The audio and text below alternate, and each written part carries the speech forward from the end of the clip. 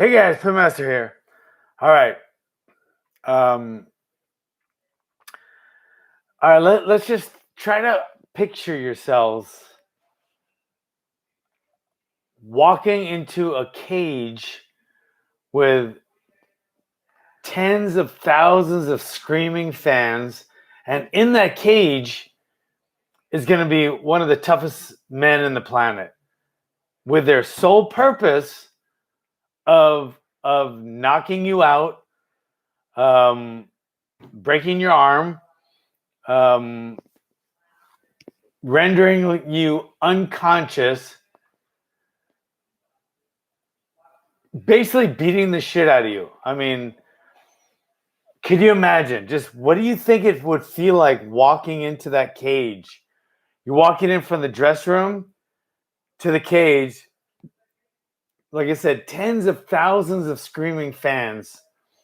And you're about to get into the cage and fight a man whose sole purpose, like I said, his sole purpose, he's been training, he's been sacrificing, he's got the skills, he's got the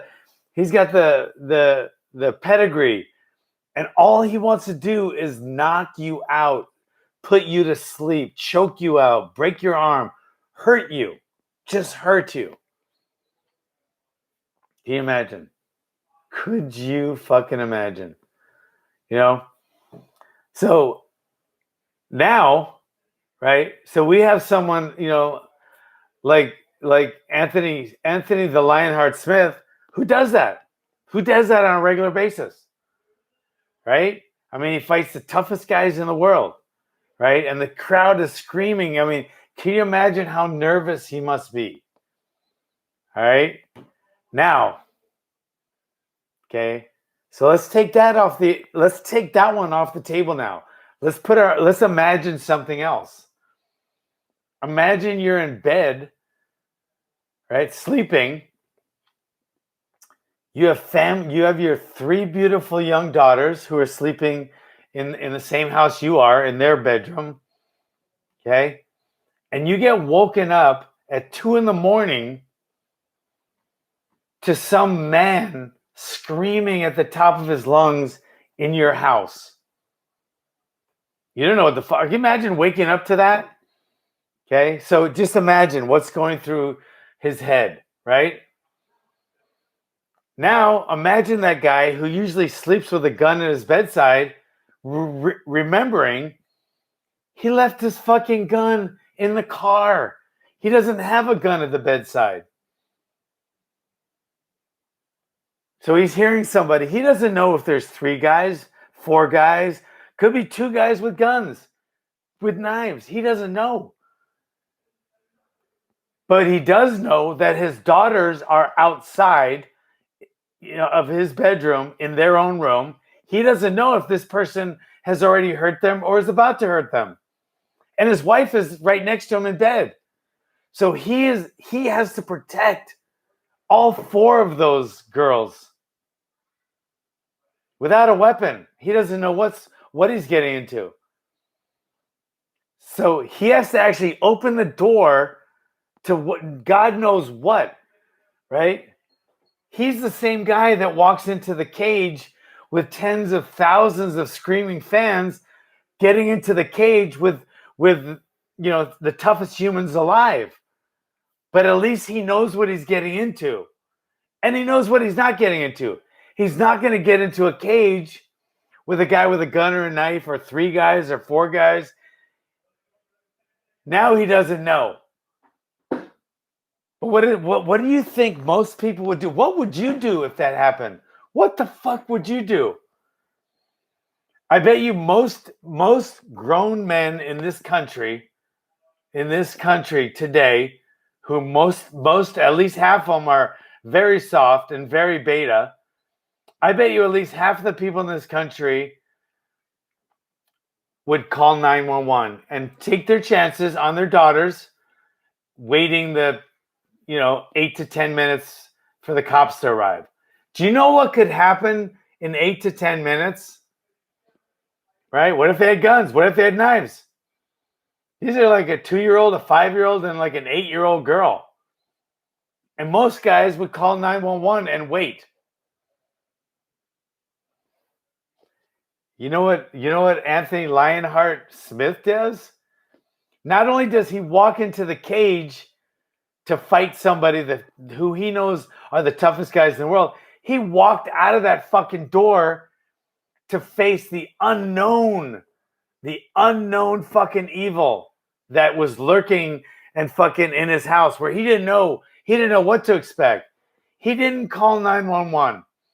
He didn't wait behind the safety of his door. He opened his door and walked into the fire, into the fight, into maybe a death. He didn't know. All he knew is he had to protect his daughters. He had to protect his wife. So he walked out there and took on the beast. Okay? And you want to find out more about that, stay tuned for our podcast where we have Anthony LionHeart Smith telling the entire story from the beginning to end. It's a great story. How many guys, just think, in this world of soft weakness, poor me, entitlement, right? I would guarantee you that a huge population would just call 911 and wait for the cops to arrive. He didn't. He walked out there. Find out what's going to happen when he walked out there. We got a hero on our hands, guys. All right? Thanks for coming. Check this out. Yeah. How's it going? Hey. How we doing, fellas? Are we good? Can you see us? Yeah, I got you guys. And you can hear us. How's it going, Anthony? I'm Jim. This is good. Nice to meet you. That's Jim, my BFF. My wife actually thinks we're gay lovers. She's so jealous of us. Just the fact that we do a podcast together and spend a lot of time together, she's all butthurt, but whatever. That's funny. Whatever. It's okay. Anyway. So we're gonna get. Are we introduced or we did it already? No, do it. Okay, so I'm gonna do it right now. All right, guys. Pitmaster here. I'm here with the Doc, and we're called Pitmaster on the Doc. And we got a fantastic. We have a fantastic guest here. Been watching his career for a while. Love the way he fights. Hated the fact he had to fight our guy, but it's part of the game, and he's definitely. If you watch him fight, you know where he gets the nickname LionHeart. For sure. With so many sheep hearts out there, we have a fucking LionHeart, and thank God for that.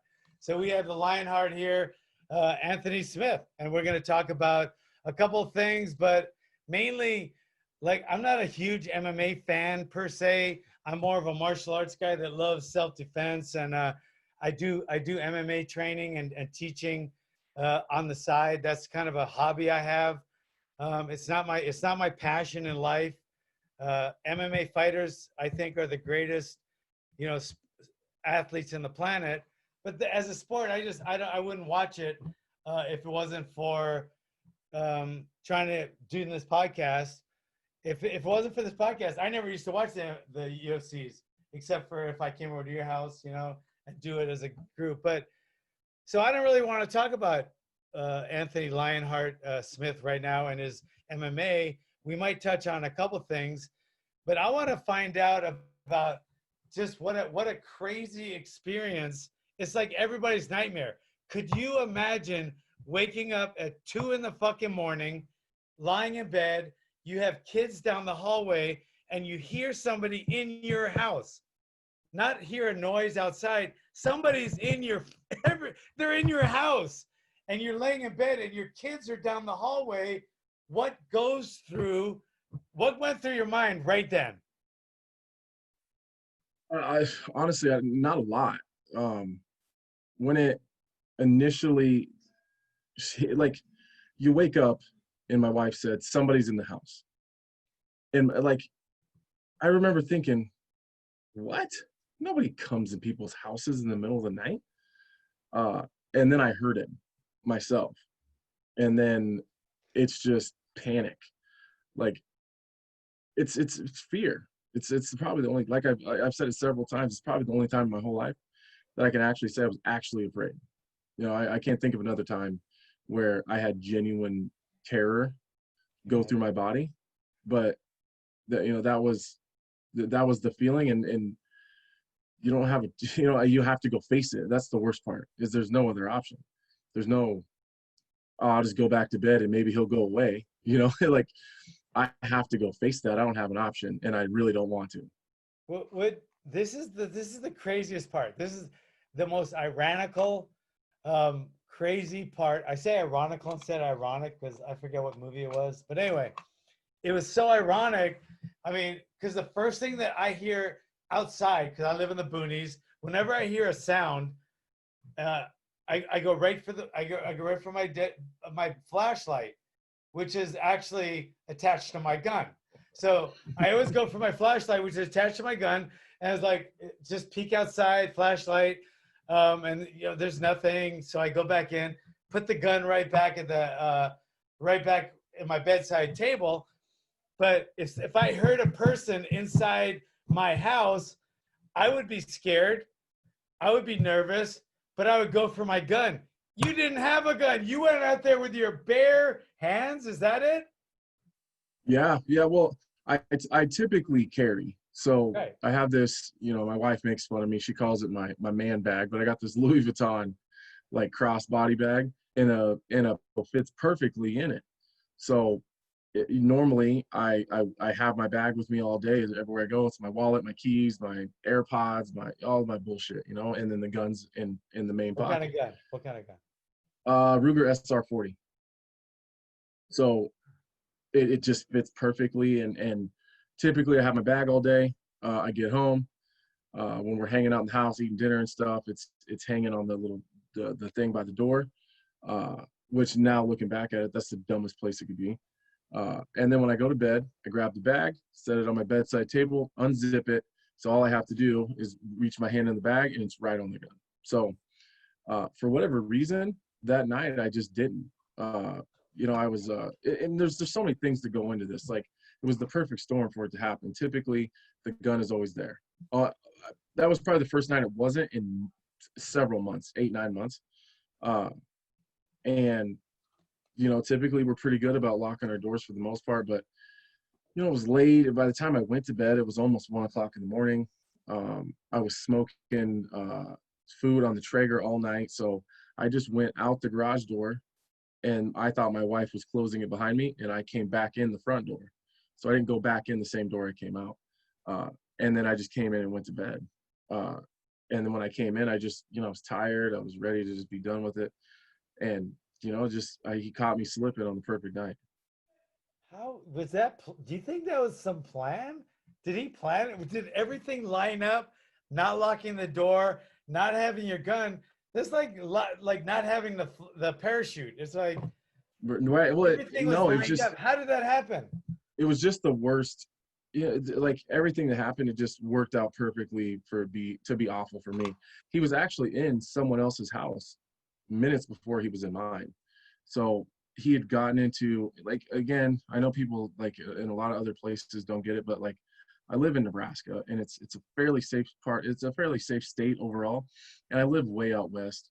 So I mean, like if someone opens your door into your car and steals your change out of your cup holder, that's about as bad as it gets here. So one of my neighbors had left his back door unlocked, like a sliding glass door, and the guy had gone in his sliding glass door, and he woke up to him kind of creeping on him in his bedroom. My neighbor was so drunk, it was a Saturday night, was so drunk, he chased him out of the house, and the guy ran out of the house and whipped around and tried to get back in the front door. And my drunk neighbor was so hammered, he locked all the doors and went back to sleep and didn't even call the police. Like he was super confused, and you know, he just didn't know what the hell was going on. So he left his house, was banging on doors and trying to get into cars. I have him on film for like the last 7 minutes before, and I have him on film walking into my house. You can, like, my neighbor's cameras, like one of my neighbors up the street has cameras that go everywhere. You can see the entire block. So you can see him trying to break into one of my cars outside. He can't get into it. He sits down in the middle of the street. He gets back up. He tries to get back into the car. He can't get in. He goes and lays across the street in the grass, gets back up, and then takes off sprinting down the street. And I live at the end of a roundabout, or on the side of it rather. You know, they're like speed things to slow people down, so you got to go around it to keep going. I live right on one of those. So he's running through the roundabout, looks left and sees my garage doors open. He almost ran right by the house. Stops, looks again, and then turns and just runs right in the garage. You can see my garage light, the motion sensor light come on, and he just walks right through the garage, right into the house. So he saw he saw an opportunity. So, Yeah. He was opportunistic for sure. Yeah. So now so did you think at first, was the first thought going for your gun? Yeah. So your first thought was that, now it's not there. Now You it's must have just been my- fucking going crazy. yeah. I like turned, and I remember thinking, Holy Fuck. shit. fuck. And Do then you I have panicked. anything else you could have grabbed? No, it was in my bedroom. So I have to go out and face him now. You have to face them because you got your kids there. So Yeah. got my you wife and have kids. to go protect your kids like a fucking alpha male does. And you went out, you didn't even know what to expect. Could have been 3 guys with guns. Yeah. Could have been, you don't know. You have no idea. Yeah. Right? So There's you a funny open the door. there's a funny story to that part of it too. My wife said that I didn't know this until like the next day. She's telling the story and she's like, "Oh, I haven't told you this part." So he's screaming in the house at the top of his lungs. It's the most blood curdling, like spine chilling scream you'll ever hear. And he's screaming like it's from his soul. Like he's screaming all the way till he's out of breath. And then the only pause in the screaming is him having to breathe in again. And then he lets it out again. So I realized I don't have the gun, but I don't remember this. I just stood up on the bed, like kind of squatted and just screamed back. Like, I don't know. I don't remember doing it. I don't know why, but I just ran out of the door. And the way that my door works, like my door is right here. I walk out, turn right immediately, and he's 10 or 15 feet from me. Right it's outside your dark. daughter's door. Right outside your daughter. You have 2 daughters, right? I have 3. 3 daughters, and they're in the room, and he's standing outside of their door. Well, no, he's walking through the living room towards me. And if he got to me and took a right, all my kids are right there. So you had to stop him. Okay. Yeah. Holy shish kebab. So you stand out there, and then what's the first thing? What did you say? No, I never stood. I just turned the corner, and it's because it's 4 a.m, so it's dark, and my house is dark, so I can't really see what it is. I just see I know it's a man because I can hear his voice, and I see his body, like his silhouette, and he's flexing you can see him shaking because he's screaming so loud that his body's shaking, and he's just walking my way. So I turned the corner and never stopped moving, and then I just fucking ran him over. So you ran him over. What kind of techniques, out of all the techniques you have, being a top-rated fucking UFC superstar, you have all these tools in your tool chest. What now? There's no cage, there's no octagon. This is life or death, saving your kids, saving your wife, saving your life. What difference is there than fighting an opponent against the cage? What kind of strategy? I mean, this is no camp. You didn't have a strategy going in. What was your strategy right that second? I just had to get close to him. That was like my thought process. Like, I have to get close to him, because if he plugs me as I'm coming around the corner, I can't do shit to protect my family. Like, if I can get a hold of him, I can fight my way through 2 minutes of anything. Like adrenaline will carry you 2 minutes through anything. You catch a bullet in your chest, but you're already hyped up on adrenaline. I figure I can kill him in 2 minutes before I die. So that was my plan. I just wanted to get as close as I could. So I got a hold of him and immediately realized he was small. He was 170 maybe, and then just bombed him to the ground. From where I contacted him to where he landed was like another 10 feet. And then his adrenaline kicked in. For just a split second, he looked When you terrified. bombed them, what do you mean, like a running double? I just got a hold of him and just picked him up and tossed him on his head. I don't exactly remember like how I had a hold of him, but I just remember having him and then just power bomb him to the ground. And at first it was easy. Like he went from that psychopath screaming to terrified. Like I don't think he expected what he got. And then his adrenaline spiked, and then he was the strongest person I've ever encountered in my whole life. So this guy's on drugs? They're know? not 100% sure. They're saying that his tox screen came back clean, but there's a lot of things they didn't test for. Yeah, I mean, there's a lot of things they didn't test for. They found a suicide note in his car about a mile away from my house, and like 10 bottles of empty psych meds. So it sounds like he popped all of his meds trying to kill himself, and it just made him fucking crazy. Wow. So after you slam him, he gets back up. Did you follow him to the ground? See, I'm trying to go into like more of a self-defense. Like, did you follow him to the ground? I followed him down, and then the only thing I could think of was like I have to get a hold of his hands, because I didn't know, like at this moment I'm already prepared, like he's gonna kill me. But I got a hold of his hands and there was nothing in them. So I just wanted to keep a hold of him, because listen, who breaks into someone's house at 4 a.m, announces themselves, and plans to leave, like leave witnesses? Nobody. Like, people break in at 4 a.m. with no intention of stealing shit to hurt people. So I didn't catch him robbing me. He announced himself. He was screaming. He wanted us to know he was here. So, I mean, maybe I got too many movies that I watched, but like, people who show their faces and have no problem letting you know that they're there don't plan on leaving you okay when they leave. That's kind of how they don't want witnesses. Right. So that's what my mindset was. So I just assumed he had something.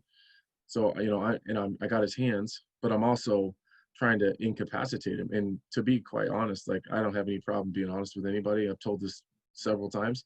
Like, I was trying to crush his skull. That was the plan. Like, With what? With what? elbows, Like, knees, head? punches, like anything I had. I mean, he would start to get up and I'd pin his head to the ground and just drop the hardest pride style knee I could. I was hitting him with elbows. I didn't tell anybody this, but like, I hurt myself, like, trying to stop him, like, he just didn't react to anything. Like, so it was all I could do to hold him down. Like, think about this. It's one thing to be a UFC fighter and to hold down a burglar, but try doing it and controlling their hands at the same time. Good luck with that shit. It's hard. Did you ever think of attacking his eyes, like gouging his eyes or anything? Or did that ever? No, I never thought about that. I did consider choking him a couple times, but listen, he already wasn't reacting like a normal human. Like, normal humans don't take that kind of damage and keep fighting. They just don't. And I figured, and what does it take? 3 seconds if you get a solid choke on someone to get him out. So if he's already not reacting like a normal human, if you triple that and it's still only 9 seconds, like, how far can he reach in his pockets in 9 seconds before I can get him unconscious? Like, that's how I thought about it. Like, if I let go of his hands to choke him, like, he's got time to reach in his pockets. And the whole time he was trying to get his hands in his hoodie. He had like a bright green hoodie on, and he just kept trying to get his hands in his pockets. Can you imagine? So you're And that's when I started asking him questions. Yeah. So what was the first question you asked him? Like, what the fuck? I was trying to find out how he got in, because I didn't realize the garage door was open. Because then I was scared, because remember, I didn't come, like, I didn't get to come through the house first and then see him. I went straight to him. So I didn't even know where my kids were. And I don't know how long he's been in the house at this point. Like, maybe more people.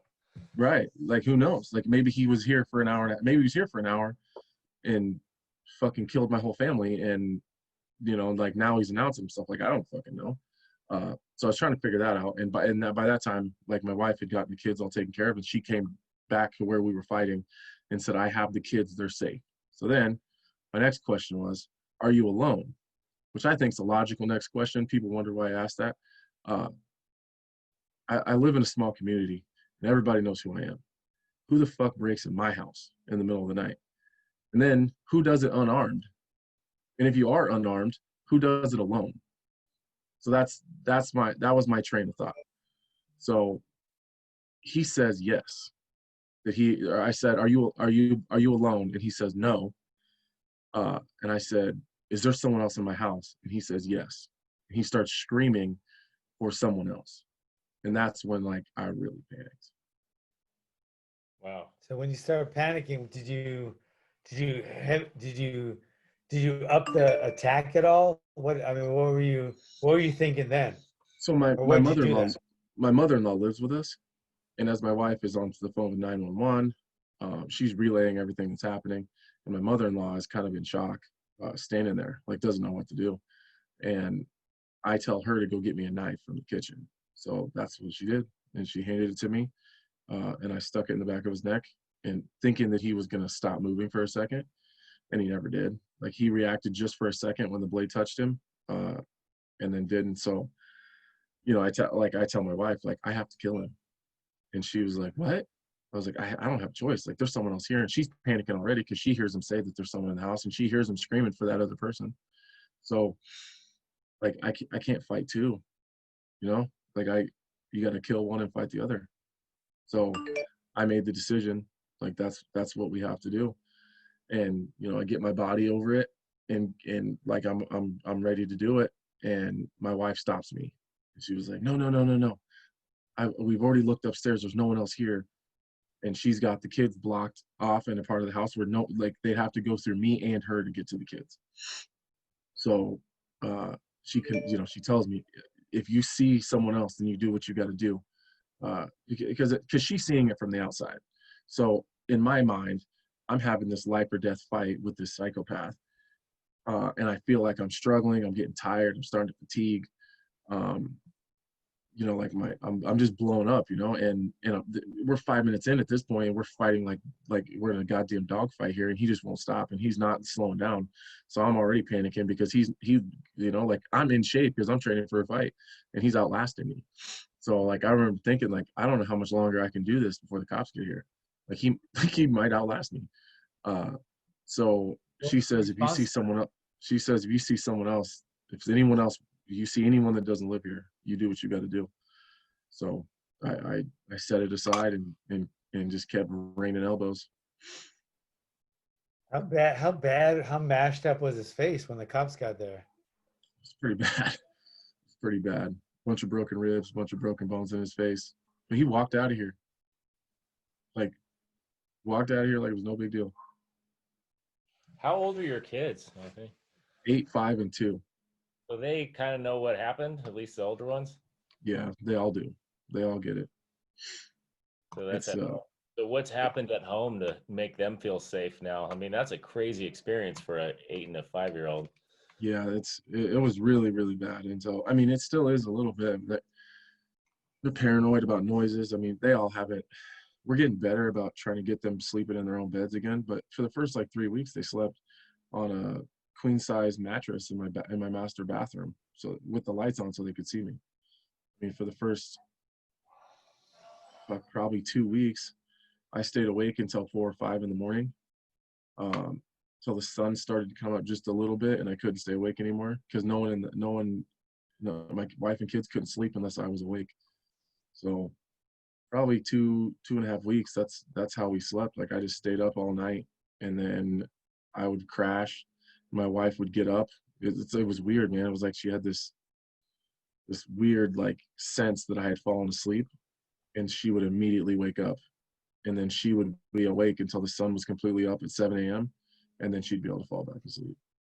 So we did that for a long time, and then we're trying to get it, but every day we wake up and there's at least 2 kids in the bed.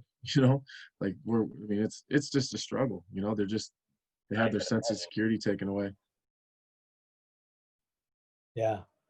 So what as a martial artist, not as a fighter, but as a true martial artist, I mean, what would you say? Because most martial artists have never been in a real fight at all, much less a life or death situation. Right. What do you think? Number one, what helped you as a martial artist the most? Is it skill? Was it the conditioning? Was it the mental toughness? And what would you say to other martial artists that maybe someday someone might break into their house besides the gun thing, what would you tell them that as a words of advice from someone that's faced the devil? I mean, shit. I mean, to be honest, I mean, to me, this is worse than, any UFC fighter you've ever faced, because this was life or death. This was, you went into this, there's no referee, there's no fucking anything but a life or death thing. Just knowing you were going into that, you're walking into the fire. Yeah. So what would your word of advice be towards all these other martial artists out there that say, shit, I'll never have that experience, so I want to hear it from someone that did.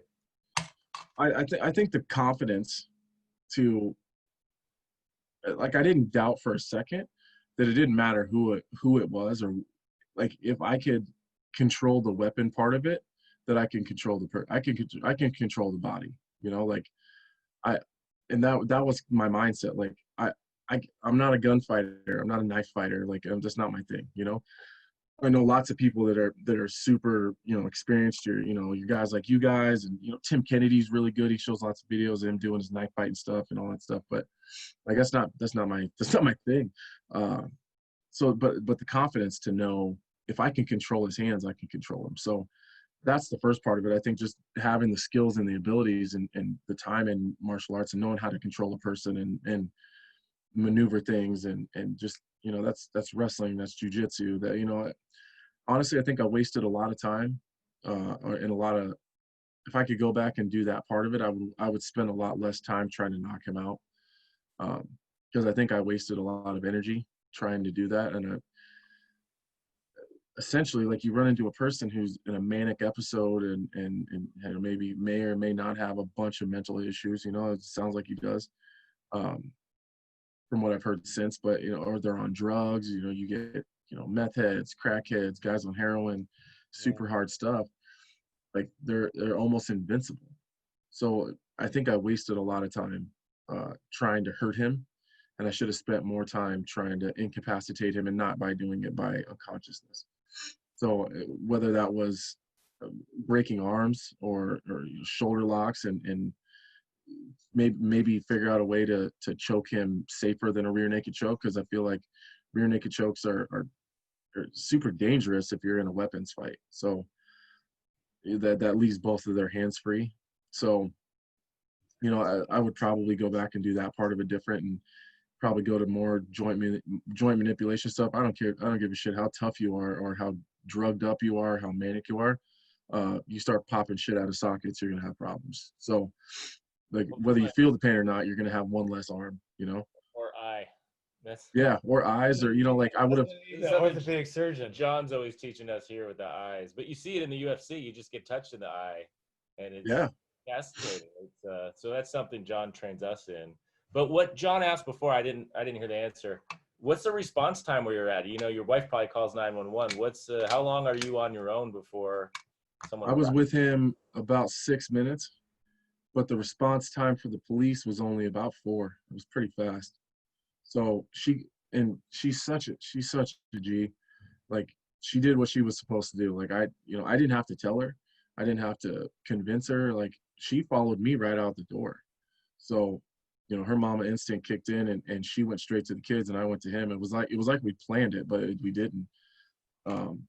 She took care of the kids first, which I think some people would probably think that she should have called 911 first. But I think that that's her job as a mom. Like, I'll run into the fire and deal with the issue, but you got to secure the kids. Don't worry about me. Like, I'll figure my shit out one way or the other. And she secured them, came back to see if I had it handled, and then called 911. So the 911 phone call was like 4.5 minutes long. And so by the time she got the kids taken care of and found a phone, because she couldn't find her phone, and found a phone, it was about 6 minutes I was with him.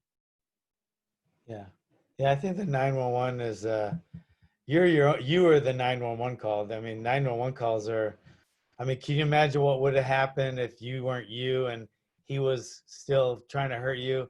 What could have happened within 6 minutes? I mean, there's a lot of bad things. So the 911 call is great, but in the reality, you were the 911 call, Mhm. and he was the secondary. They were the backup, Yeah. right? Well, I mean, the what ifs are what bother me. Yeah. What if you weren't home? Yeah. I was in training camp. What if the coronavirus wasn't a thing? I wouldn't have been here. I'd have been in Denver. So I mean, that blows my mind. That scares the shit out of me because my wife's tough, but she's not a fighter, you know? You take her shooting or anything and have her sleep with that? Yeah, yeah. So that's all kind of the next steps. It's figuring out how to make everybody here feel safe. Yeah. So um I'm picking actually next week, I go all the way to Connecticut, uh pick up a fully trained, turnkey ready, 2-year-old Belgian Malinois. Oh, So this this guy is legit. He is good. He's really good. So there's that. We're gonna go with the home protection dog for when I'm not here. Um, have him roaming the streets of my house. And we got to get her going on this shooting thing. We got to, because I think that she would feel more comfortable if yeah. she was more confident in her abilities. It's not even about having the gun and being able to shoot. It's about knowing that you can take care of yourself and the kids. I think it comes down to just relying on other people. I think is where a lot of the nervousness comes. Like right now, she's relying on me to keep everybody safe. On my side of it, it's a lot of fucking responsibility. You know, like it'd be nice to know that, you know, if I run somewhere, if I'm overnighted somewhere, or I'm training, or whatever, that like she can do what she needs to do if someone comes in.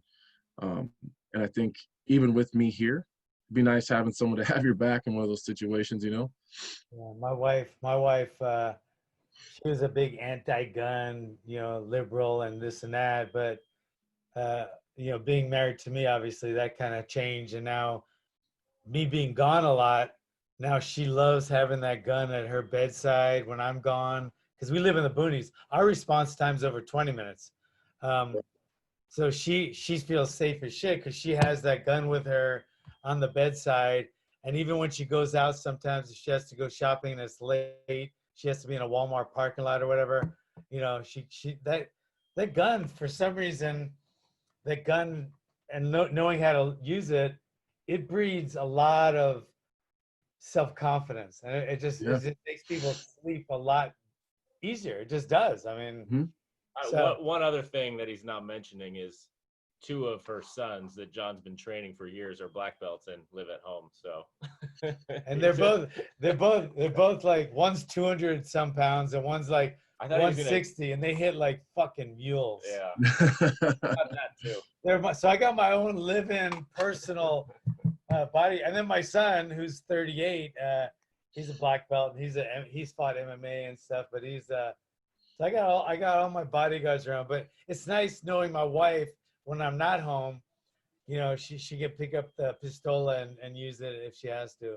Right. So that's our next step is to get her going, and I just want her to be more comfortable, you know, like I want her to feel safer, and you know, we got to figure out, now that I'm through the fight and we got the downtime in the summer, like we got to figure out, because I think martial arts and self-defense is kind of like, you know, in you know, training to shoot and be comfortable with a weapon. I think kind of like trying to teach your kids or coach your kids in football or something. Yeah. Like it's always better if someone else does it. So of Yeah. course, like I could teach her, but I think that it would be more beneficial if someone else did it. I think that you get in that husband wife, you know, I want her to do it this way, and she's kind of fuck off, you know. I want to, you know. So I think it's just better. He's like married to my wife. That's the fun. It's just better if someone else does it, and let her learn her own way, let her be her own person and do that, and not have me breathing down her neck about how to do it. What about the kids? So I don't know. I mean, they're not really old enough to do anything. The only difference that they do now is they follow me around and make sure all the doors are locked, because they definitely blame me because I left the door open. So they absolutely blame me for leaving that open, and not like in a negative way, but it's like, yeah, Daddy left the door open and the bad guy came in. You think you're gonna have them train in martial arts? Oh, for sure, for sure. My oldest isn't, she's more of a volleyball girl. She's done a little bit of jujitsu. But my younger two are definitely, they're the fighters of the three for sure. You just can't. As much as I wanted my kids to all train martial arts, my son did it a little, but my daughters, they come to the gym, they know how to kick and cardio stuff, but they just never went to it. I can't. Just like my dad was a writer, newspaper writer. I didn't want to do that, so I can't make my kids Right. Like his kids probably won't be orthopedic surgeons, but you want every kid to be a martial artist because that's one activity that changes their life forever. But I don't want to force it. I don't want to force it and make them hate it, because then they'll hate it. Yeah, I don't want them to hate it. So I want them to want to do it before I start pushing it. So I'm just kind of letting them love it for now. And When did you start training? I started wrestling as a kid, but I started MMA training, like jiu-jitsu and kickboxing and boxing at 17. Oh yeah? Mm-hmm. Why? You wanted to fight in the UFC? No, I started fighting before I started training. Okay. Back in the day, it wasn't sanctioned here in Nebraska back in 2006 when I started. So I remember seeing a flyer for an amateur fight night at a Subway. I was like, I don't know I want to try this shit. I'd seen like my grandpa, I'd snuck in like some of those Blockbuster VHSs and snuck some of the old UFCs under there. I think you're going to hate this, but I think the first like full beginning to end UFC event that I watched live was Rampage and Chuck. And then, so. UFC, no way. Do Pride too. Oh, the second one. Second one, yeah. Yeah, second one. So, like beginning to end, like I'd seen fights and caught one here and there or whatever. But what did that fight what is the one thing that fight taught you? Chuck said it right after the fight too. I don't remember what he said, but never lead with a left hook to the liver. Never lead with a. He said, "Oh, John always tells me never lead with a left hook to the liver, because while you're going down for the left hook to the liver, coming overhand, person's coming with a right hook, and fight was all over. You always set up the liver shot." Just FYI. But that was a terrible. Yeah, but and I was hooked, and I wanted to go try it, and it was just showed up and signed up and fought. Yeah. And then I was getting my ass kicked, and then people think the Glover fight was bad. I used to get my ass kicked way worse than that when I was an amateur. So then I started training with this old guy, and he had this little thing built off the back of his house, and his name was Marty Anderson, and I trained with him all the way until I turned pro in 2008. And then when did you get with Mark? I've been with Mark 3.5 years now. Yeah. Where were you? So you were training with that other guy up until then? No, I was I was here locally. I've had the same jiu-jitsu coach since, like, I started with that older guy and then met Scott a couple of months later, and I kind of trained with both of them. And then, so I've had the same jiu-jitsu coach from white belt all the way through black. Been with my boxing coach here because I only do my training camps in Denver, but I still train in between fights here in Nebraska. Yeah. So I got like my kind of two separate teams. Took you to the next level. Yeah, for sure. Unbelievable. Sure. Unbelievable, brother. Well, that's a great story, man. It's a crazy story. It's a story, but for you, man, it must have changed your life big time as far as I can't imagine. Just self-defense and what can happen at any moment. I mean, that's the stuff that John's always talking about in our classes. Because I've been jumped. I've been jumped by this guy I couldn't believe how small he was. And I was punching him so hard, and he kept coming, and I could tell he was on crank, and everybody was yelling, and I couldn't lose because everybody was watching, but it had nothing to do with my kids. So I just couldn't lose because I didn't want my ego. You couldn't lose because your kids were on the line. So that must have been the stakes were so much higher than any fight you've ever been in. Yeah, it would. Your life, didn't it? Yeah, I was just happy I made it through it at the end. I remember like the cops came in, I was like, holy shit, I made it. because I wasn't so sure that I was going to through the entire thing. You know, like, and now looking back, like he said he had weapons when I asked him. Turns out he didn't. He said that there was someone else here. There wasn't. So I mean, it worked out best case, but it could have been way worse. It could have been way He worse. had to jump on me. All right, man. But just someone creeping in your house. I can't imagine. You only knew he was there because he announced himself, which is That's another one of those what ifs. Like, what if he came in quietly? yeah. Are you gonna get a security system? Well, okay. Here's another thing that's gonna piss you off. We have a brand new security system. We did at the time. We did at the time. And we just didn't use it. We just didn't use it. So You just don't use it. Well, you know what we use our security system for? It beeps when you open doors and windows, so we always know if someone's coming or going. We have 4 kids, and in the house we turn it off because the beeping's annoying. The beeping is the best part because we know oh, someone's up. Like it's morning, someone's up, someone opened the door. Even if the alarm doesn't go off, you at least hear that. Right. So some door or entry to your house has been messed with. Well, and like my mother-in-law's here, so like the back sliding glass door downstairs opens and closes all the time, so it's like bing, back door alert, and you're like, oh, it's just her. Like, could have been a fucking burglar. I just assumed it was her. So I mean, it was brand new, like 3 or 4 months old when he came in. It's just we didn't use it, and like you said, you get complacent. Like, there's been a couple times where we've left the garage door open, and I've never even considered that someone would come in the house. I started looking around to make sure no one stole my shit. I got a bunch of expensive shit in the garage. I mean, if he wanted to steal something, he didn't even have to come in the house. I mean, I had razors, and I mean, he had a couple $100,000 worth of shit in the garage. He could have just started grabbing keys and taking whatever he wanted. But like, psychos don't want shit like that. Sounds like you wanted to die. Yeah, that'll get crazy. But well, that was a great martial arts, and I'm glad we got through it because nobody thought. When I told a couple people I was going to have you on, everybody thought it's going to be all about this and all the rage about, oh, should have stopped the fight. Oh, should have done this. Should have done that. I go, I don't even care about fighting. I care about your fucking what happened to your life. And we were going to talk about this before the fight. You know? And I've been, and so I look up to you. We love watching you, and knowing that you're a martial artist. We always thought of you as a really good fighter with a LionHeart heart, but now you have this part to you that 99.99999% of the population will never step foot in an octagon, so they will never know how you feel. But that same percentage will never have to face someone that might be killing their family and go after them bare hands. So the complacency thing is a thing just in life, because I saw a patient today and he said to me, we were talking about something. He goes, well, people don't fight anymore. That's what he said. He was like, you don't need to worry about that because people don't fight anymore. And he sat there in my office and told me that. And it's like, well, usually, but you got to be ready. That's what a beta male says. That's a beta male. I was going to say, I guess maybe my world's different than other people's, but not just in the sport. No, I see people fighting all the time. There's like 2 million attacks. We live in California. Yeah. Yeah.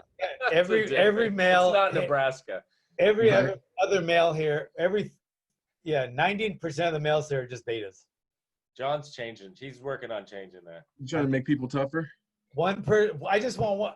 I don't want tough guys like asshole tough guys. I want a kind, loving. Okay, I'll tell you two right now. I'll tell you 2 of the greatest guys right now that are the toughest guys in the world. You and Glover Teixeira. Yeah. And there's nothing, there's not a person in the world that's not going to say, holy fuck, those guys are tough. But you guys are the greatest, kindest, most loving. I can't even talk about it because I get emotional because I love you guys so much. And I know how much it hurts to get hurt physically. And I know how much it hurts to lose. And being that tough is hard because it's hard to be fucking tough. It's hard. And we do it. You do it. You did it. And now it saved your family's life by doing it. So I'm not going to get all emotional. I promise. That's okay. That's all right. I don't mind getting emotional about this shit, but I love you guys. I love you. I love watching you guys I love watching you guys be so tough, but be so loving and kind. And when I don't mean like gay loving, but like you guys are so fucking, you respected each other so much, and it's so rare in this world, but it's so common in the sport. There are some douchebags, and we know that personally, who are just complete douchebags. But almost everybody in this sport, in the UFC, is a kind, compassionate, loving fucking warrior. I know what I'd say it's a 70-30. You can almost see it more though when there's no crowd. Like you can see. Wait, 70-30. 70-30. I'm gonna go with in the UFC. I would go with 90-10. 90-10, you think so? Oh yeah, because I've been around these people. I feel That's true. When I'm at a UFC, even you're gonna fight my guy. I love being in a room with you. I love watching, hanging out with you, and then I have Mark, and I don't even have to face the door because I feel so safe. I love you guys. I don't care if you're fighting my guy or not. I love martial artists, and I love being around them. And you guys are the toughest humans in the world. And just having this story just like spotlights it. It like proves everything I say. You proved it. And everybody else that says nobody will ever jump in, break in your house. Why do you need to do this? And then you prove them all wrong because they're fucking weak sheep. For sure. What I always told myself, anyone ever comes to my house, here's what I'll do. Yeah, it's totally different. It's not like that. It's not you say that in almost in a like a subconscious feeling. It's like your subconscious thinks that you're going to be prepared for it. Yeah. But you're never ready. You're never ready for that shit to happen. But going back to the Glover thing, I wish every person I fought, I could have that kind of same relationship that I have with Glover. Like he's just like, he's going to take your head off, but you also know that I wish there was shit open in Jacksonville after that fight, because I would have loved to sat down with you guys and had a beer afterwards. Yeah. That's how I got Glover. Yeah. Glover's first fight, he fought my guy, and my guy beat him, and we went in his dressing room because we loved him. We loved everything, even when he lost. We loved everything about the way he fought. And me and Chuck and a couple other guys went in there and go, man, great fight. We love you. We love the way you fight, man. You're fucking. And he's like, hey, can I train with you guys? And it's like, okay, where do you live? He goes, Connecticut. And he lives in Danbury, Connecticut, if you're going that way. And he's like, I go, I would love to have you on my team, bro.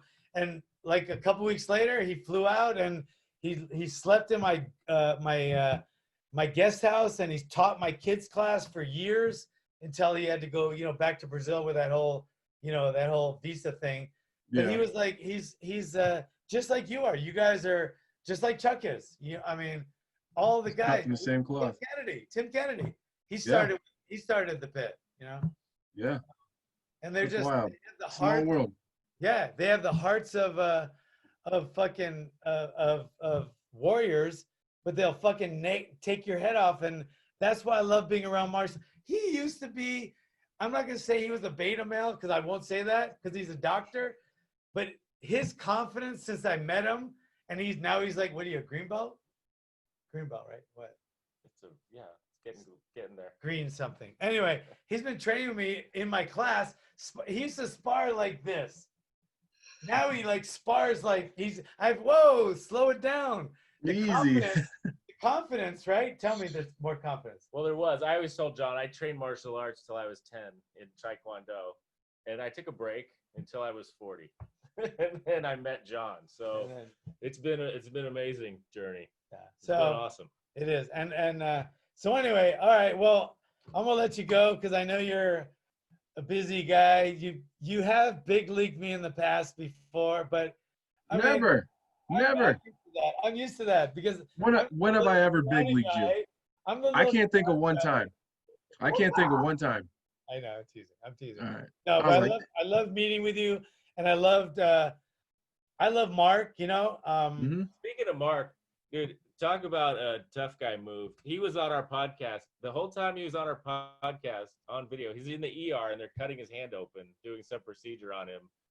And he's just talking to us like they're not doing it. He has his hand, and he's getting a procedure done on his hand in the emergency room while he's on our podcast. Yeah, I love Mark, and I love Mark, and I love we're a family. You know, you got Court, who's one of my, he's like one of my sons, and he loves it there too. He loves you. He always talks about you. I love Court. I love that guy. Court is, you got Glover, you got Court, Glover, Court, you, Chuck, Tim Kennedy, we got Ramsey. Mm-hmm. I mean, these people are like, they're gold. They're golden people, and they're not weak.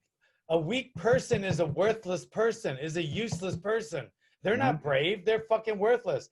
A tough guy like you guys that could take people's heads off, but you choose not to. You guys are the fucking alphas, and you guys are the people that are gonna keep our country safe. So, Bing, is that too much? No, I think this is awesome. I don't think so. I lost my voice on that one. I've been. But anyway, we love having you. We're Thanks, here man. for you, man. We're part of the family. You fought Clover now, so now you're like a brother. Now we're tight. Oh my God. All right, well, he loves you. I still wanna make it out there sometime. So let's stay in touch. And you guys ever get a free minute, I'd like to have you guys on my show. It'd be a lot of fun. We love it, and let's do it. And let's talk about martial arts, and let's make this world a better place. Go give your wife and your 3 beautiful daughters a hug, and thanks for coming, brother. Definitely, man. Nice meeting you. Thanks, guys. Take care, brothers. See ya. All right. Okay. Good. Yeah, how do we stop the recording? Just end it. Did you stop it? You stop it first? Yeah, go there.